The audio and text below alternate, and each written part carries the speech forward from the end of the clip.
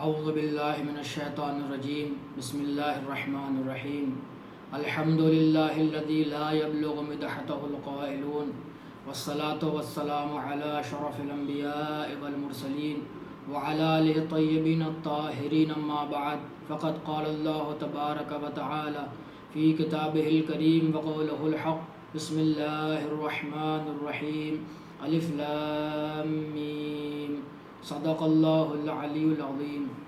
السلام علیکم ورحمۃ اللہ وبرکاتہ۔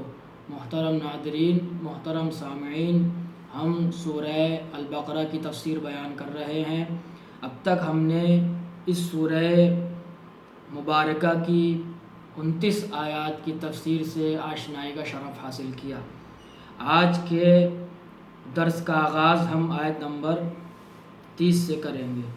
بسم اللہ الرحمن الرحیم۔ وَإِذْ قَالَ رَبُّكَ لِلْمَلَائِكَةِ إِنِّي جَاعِلٌ فِي الْأَرْضِ خَلِيفَةً وَإِذْ قَالَ رَبُّكَ لِلْمَلَائِكَةِ إِنِّي جَاعِلٌ فِي الْأَرْضِ خَلِيفَةً۔ ارشاد خداوندی ہے کہ اللہ نے کہا ملائکہ سے کہ بے شک میں زمین پر اپنا جانشین قرار دینے والا ہوں، بنانے والا ہوں۔ یعنی خطاب اللہ کا ملائکہ سے ہے اور ارشاد خداوندی ہے کہ میں زمین پر ایک خلیفہ بنانے والا ہوں۔ جاعل جو یہاں صیغہ استعمال ہوا یہ اس میں فاعل کا صیغہ ہے، اور اس میں فاعل کا صیغہ اس کی خصوصیت یہ ہوا کرتی ہے کہ یہ صیغہ ماضی پر بھی دلالت کرتا ہے، حال پر بھی دلالت کرتا ہے اور مستقبل پر بھی دلالت کرتا ہے۔ یعنی اس میں فاعل کے صیغے میں تینوں زمانے پائے جاتے ہیں۔ یعنی کہنے کا مطلب یہ ہے کہ خداوند عالم یہ ارشاد فرما رہا ہے کہ ہر زمانے میں چاہے وہ ماضی رہا ہو یا حال رہے یا مستقبل رہے، جانشین بنانے کی زمین پر خلیفہ بنانے کی ذمہ داری صرف و صرف میری ہے۔ خلیفہ صرف میں بنا سکتا ہوں، خلیفہ بنانے کا حق صرف و صرف مجھے ہے، میرے علاوہ کسی کو اس کا حق نہیں ہے۔ قالوا اتجعل فیہا من یفسد فیہا ویسفک الدماء۔ تو ملائکہ نے یہ کہا کہ کیا تو زمین پر ایسے کو خلیفہ بنائے گا جو زمین پر فتنہ و فساد برپا کرے اور خون ریزی کرے؟ وَنَحْنُ نُسَبِّحُ بِحَمْدِكَ، در حالی کہ ہم تیری تسبیح کرتے ہیں، ہم تیری حمد بجا لاتے ہیں۔ وَنُقَدِّسُ لَكَ، اور تیری تقدیس کرتے ہیں۔ قَالَ إِنِّي عَالَمُ مَا لَا تَعْلَمُونَ، ارشاد خداوندی ہے کہ جو میں جانتا ہوں وہ تم نہیں جانتے۔ یعنی جب اللہ نے جناب آدم کا پتلہ تیار ہو چکا اور اب جو ہے پتلے میں روح پھونکی جانی ہے، تو خداوند عالم یہ ارشاد فرما رہا ہے کہ میں زمین پر ایک خلیفہ بناؤں گا۔ اور جب خدا نے یہ ارشاد فرمایا تو ملائکہ نے جواب میں یہ کہا کہ کیا تو ایک ایسے انسان کو خلیفہ بنائے گا، کہ تو انسان کو خلیفہ بنائے گا کہ جو زمین پر خونریزی کرے گا، فتنہ و فساد برپا کرے گا۔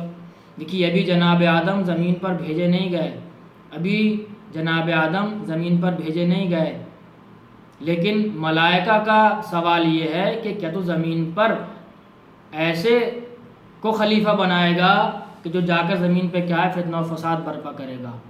دیکھیے اس میں مختلف نظریات ہیں مفسرین کے، تو میں سب کو جمع کر کر بیان کر رہا ہوں۔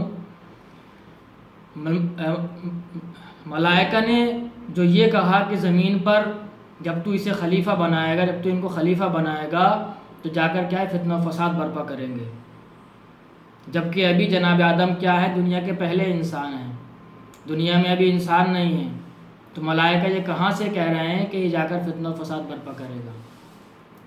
یعنی اس کا مطلب یہ ہے کہ زمین پر اور دوسری مخلوق اس سے پہلے موجود تھی، جیسے حیوانات موجود رہے ہوں گے یا اجنہ موجود تھے، تو ان سب کے درمیان بھی کیا ہے اس طرح کی چیزیں پیش آتی تھیں۔ حیوانات میں آپس میں جو ہے لڑائی جھگڑا ہوا کرتا تھا، ایک حیوان دوسرے کو مارتا تھا، دوسرا حیوان جو ہے تیسرے حیوان کو مارتا تھا، جنوں کے درمیان فتنہ و فساد خونریزی ہوتی تھی۔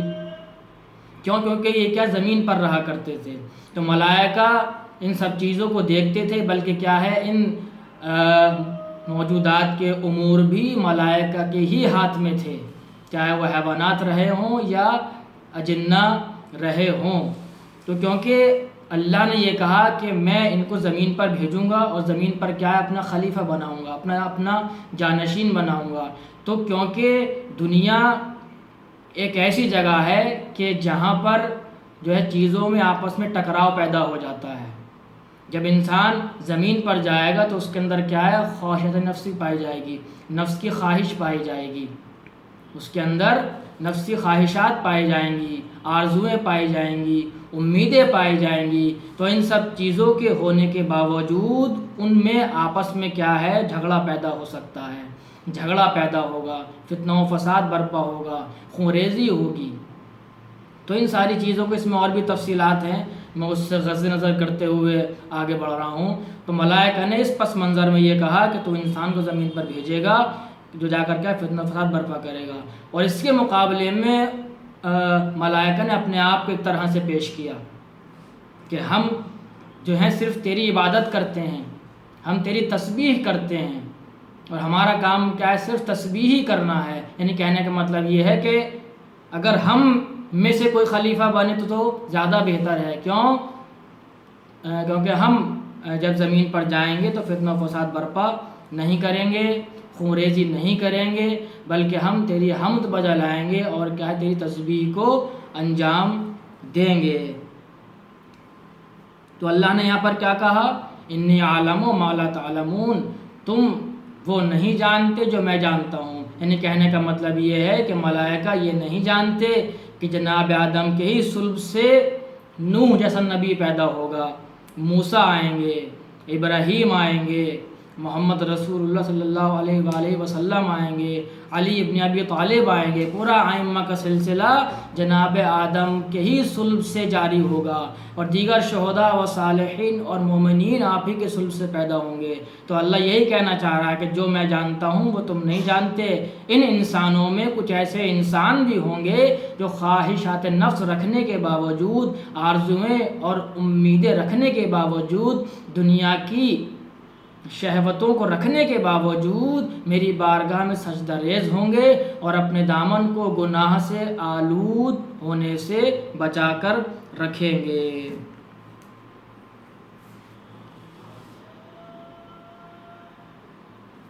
آج میں سمجھتا ہوں کہ اگر ایک ہی آیت رہے تو بہتر رہے گا، کیونکہ اگلی آیت میں ذرا جو ہے تفصیل ہے۔